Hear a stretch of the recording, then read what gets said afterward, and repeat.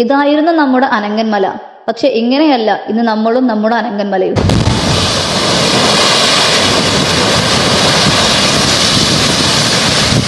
ആരെയാണ് നാം നഷ്ടപ്പെടുത്താൻ കാത്തിരിക്കുന്നത്? ഇന്നലെ നാം കണ്ടത് കർണാടകയിലെ ദുരന്തത്തിൽ ദാരുണാന്ത്യം വരച്ച സഹോദരൻ അർജുനെയാണെങ്കിൽ ഇന്ന് നമ്മൾ കാണുന്നത് ചൂരൽമലയിലാണ്.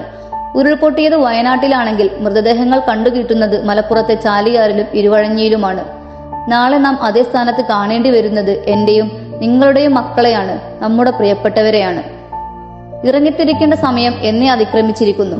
ഉയർന്ന പ്രദേശങ്ങളിൽ നാം സുരക്ഷിതരാണ് എന്ന് കരുതുന്നവർക്ക് വലിയൊരു പാഠമാണ് ഇന്നത്തെ നമ്മുടെ വയനാട്.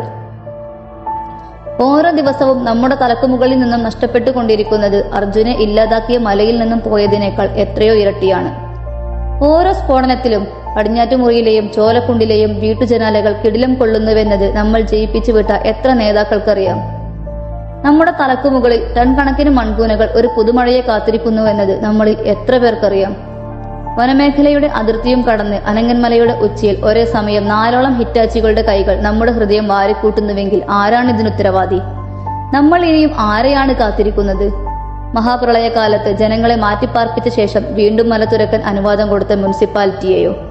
അതോ മാസാമാസം മാസപ്പടി വാങ്ങിക്കാൻ വേണ്ടി മാത്രം മല കയറുന്ന നമ്മുടെ ഉദ്യോഗസ്ഥരെയോ? ബഹുമാനപ്പെട്ട ഹൈക്കോടതിയെപ്പോലും കബളിപ്പിച്ച് കൃത്രിമ രേഖകളിലൂടെ മല തുറക്കാൻ അനുവാദം നൽകിയ ജിയോളജി വകുപ്പിനെയാണോ നാം ആശ്വാസമായി കാണേണ്ടത്? പ്രിയപ്പെട്ടവരെ, വർഷങ്ങളായി നമ്മൾ അസ്വസ്ഥരാണ്. പക്ഷെ അപകടം വീട്ടുപടിക്കൽ വന്ന് മുട്ടി വിളിക്കാൻ കാത്തിരിക്കുകയാണോ ഇനിയും നമ്മൾ?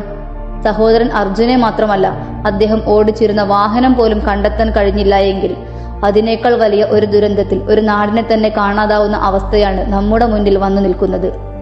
ഓർക്കുക, നഷ്ടം എനിക്കും നിങ്ങൾക്കുമാണ്. പെറ്റുപോറ്റി വളർത്തിയ നമ്മുടെ മാതാപിതാക്കൾക്കാണ്. ഉമ്മറത്ത് നമ്മെ കാത്തിരിക്കുന്ന നമ്മുടെ മക്കൾക്ക് അവരുടെ പിതാക്കളെയാണ്. കണ്ടുകിട്ടിയില്ല അല്ലെങ്കിൽ തിരച്ചിൽ അവസാനിപ്പിച്ചു എന്നൊരു വാക്കിൽ നമ്മൾ അവസാനിക്കാതിരിക്കട്ടെ.